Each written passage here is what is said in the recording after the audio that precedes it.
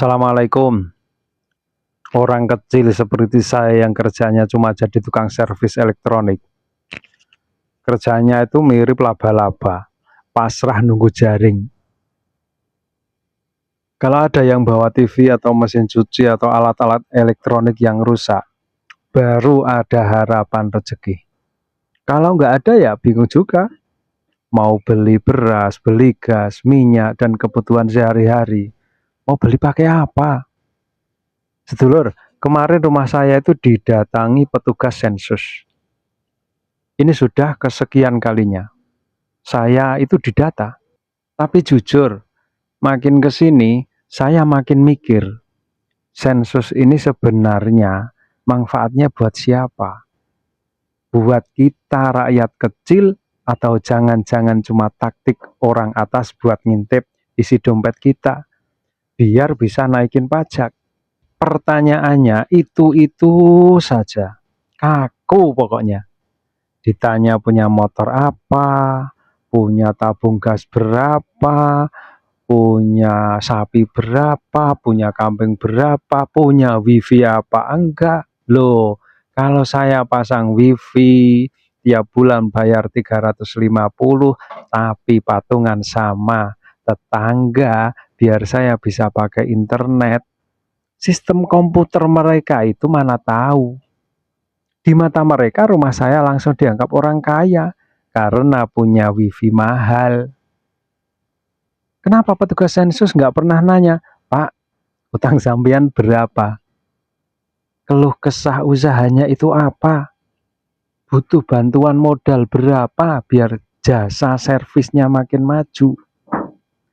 Nggak pernah ditanya, mereka cuma fokus nyatet aset-aset fisik kita.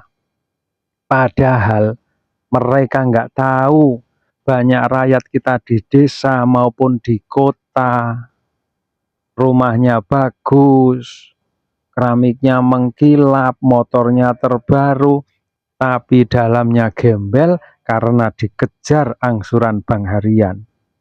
Dan anehnya, negara kita ini utangnya ribuan triliun loh. Kalau dibagi ke seluruh kepala rakyat Indonesia, satu orang bisa menanggung utang puluhan juta. Tapi kenapa pas rakyatnya yang utang dan megap-megap, negara mendadak buta dan tuli? Naluri saya sebagai wong cilik itu nggak bisa dibohongi.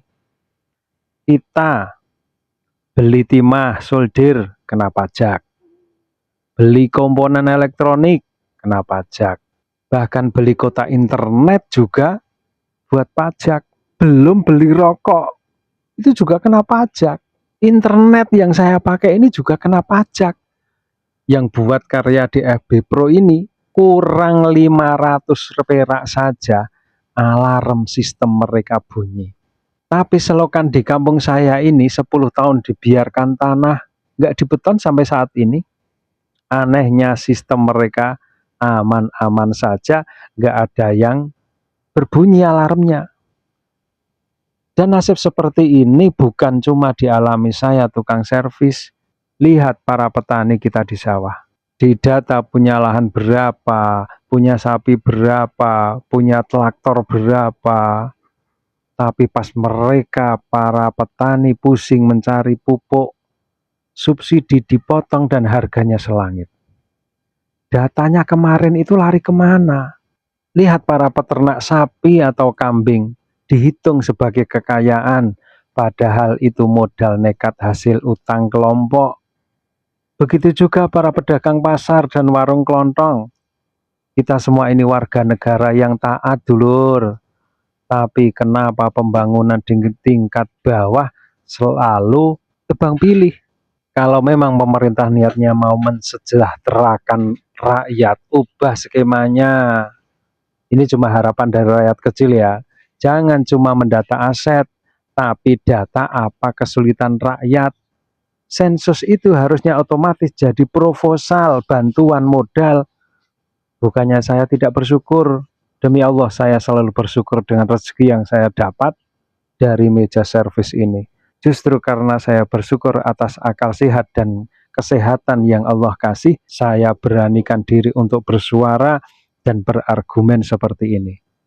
Justru siapa yang sebenarnya tidak bersyukur? Yang tidak bersyukur itu adalah para pejabat-pejabat yang koruptor di luar sana. Banyak, dari tingkat atas sampai tingkat bawah, banyak yang hobinya korupsi. Yang sudah digaji pakai uang pajak kita, tapi masih tega maling duit rakyat. Merekalah orang-orang yang sebenarnya kufur nikmat dan nggak tahu cara bersyukur. Saya ngomong begini bukan karena saya mau mengemis bantuan.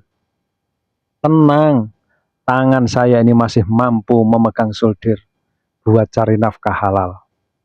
Tapi saya kasihan melihat orang-orang yang posisinya jauh di bawah saya, yang hidupnya lebih susah, tapi suaranya nggak pernah kedengaran sampai ke atas. Gimana kalau di tempat sampean? Skema pembangunannya merata atau malah konslet kayak di tempat saya?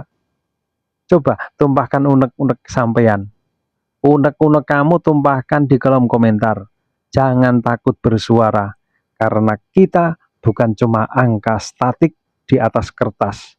Salam satu solder, wassalam.